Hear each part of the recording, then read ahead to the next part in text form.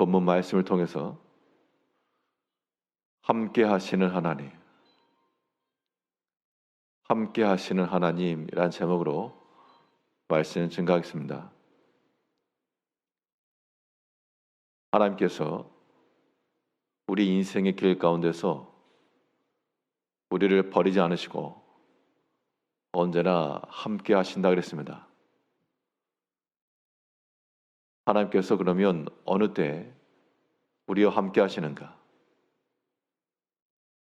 하나님께서 우리와 함께 하시는 그 시점에 관하여 오늘 본문에서 말씀하는 바는 우리가 어려울 때, 우리가 고난 중에 있고 도움을 받지 못하고 극심한 환난 중에 내가 버려짐 당하고 더 이상의 구원의 소망이 없다고 여겨지는 그러한 때라도 하나님께서는 그 고난과 역경 속에서도 함께 하신다 그랬습니다. 오늘 본문 4절에서 그러나 애굽 땅에 있을 때부터 나는 내 하나님 여호와라. 애굽 땅이라고 하는 것은 그 백성들이 노예 생활하던 굉장히 고생이 많고 어렵던 때였습니다. 하나님께서 그 애굽 땅에 있을 때 그들만 홀로 남겨둔 것이 아니고 너희가 비록 애굽 땅에 있을 때 그때도 그 노예 생활하는 어려움의 때에도 하나님께서 너희와 함께 계셨다라고 말하고 있습니다. 우리는 흔히 생각하기를 우리가 평탄한 길을 만나고 성공하고 잘 되고 그러면 그럴 때 하나님 계시지만 내가 어려운데 하나님이 지금 어디 계시는가? 내가 고난당하고 힘들 때 과연 하나님이 나와 함께 하실까? 그러한 의심이 들 때가 있을 겁니다. 그런데 하나님께서는 우리의 생각과는 달리 너희가 그 고난 중에 있을 때, 어려움에 있을 때, 마른 광야에 있을 때에도 하나님께서 함께 하셨다 그랬습니다.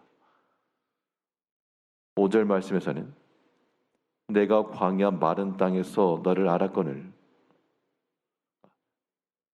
그들이 자유하고 풍성한 때만 아니고 애굽에 있을 때에도 광야의 그 마른 땅을 건널 때에도 이 광야 기간이라고 하는 게 40년의 시간을 지났지만 어떤 사람에게는 일평생이었고요.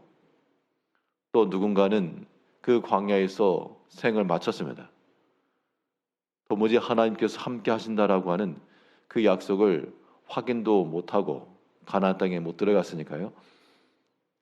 그랬지만 하나님께서는 분명히 말씀하시기를 너희가 애굽 종되었던 때에도 내가 너희와 함께하였었고 광야 마른 땅을 건널 때에도 너희가 볼 수 없었으나 함께하였다.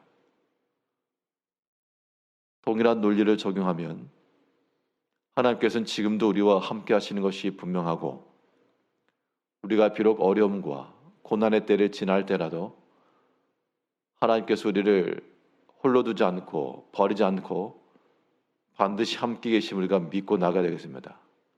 그런 믿음이 우리로 하여금 과도히 낙담하지 않고 여전히 소망 중에 하나님을 섬기는 거죠.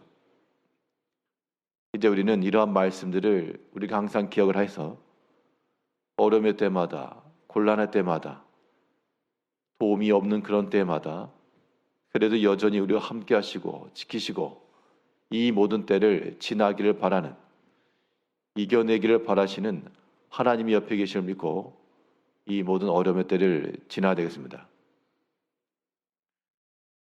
하나님께서는 어려움의 때만 함께 하시는가? 그건 아니고 또 우리에게 풍성함과 우리의 배부른 때에도 하나님께서 함께 하신다 그랬습니다.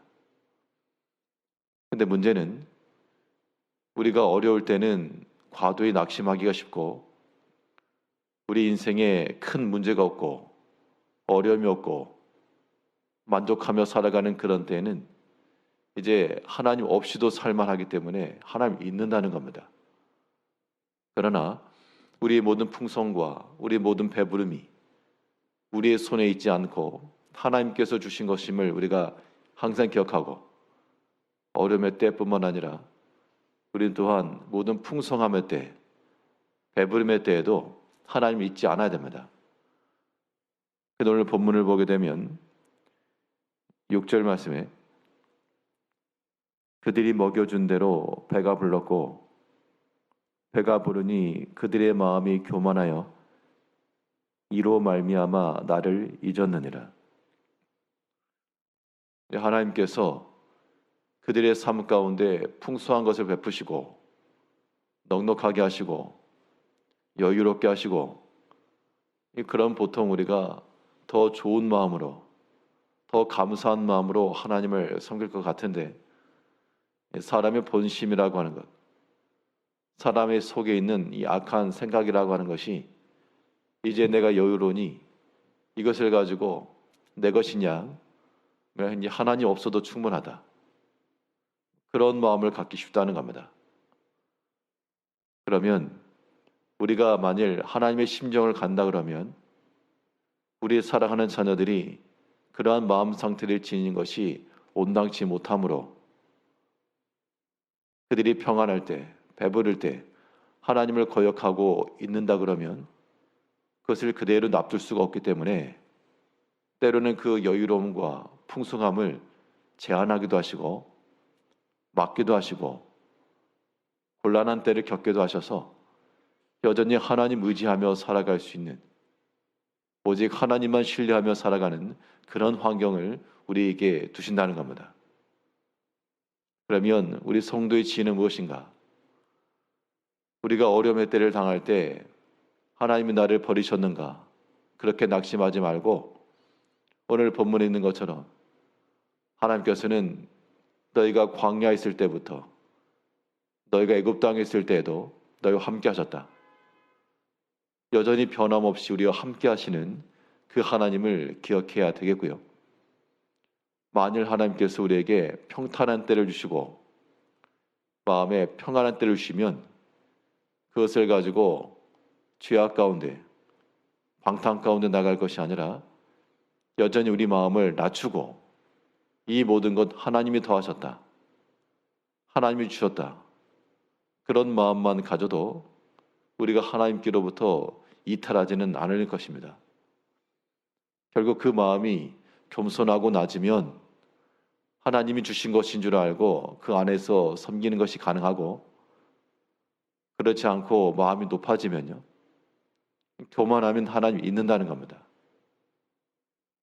6절 말씀 다시 보시면 그들이 먹여준 대로 배가 불렀고 배가 부르니 그들의 마음이 교만하여 이로 말미암아 나를 잊었느니라.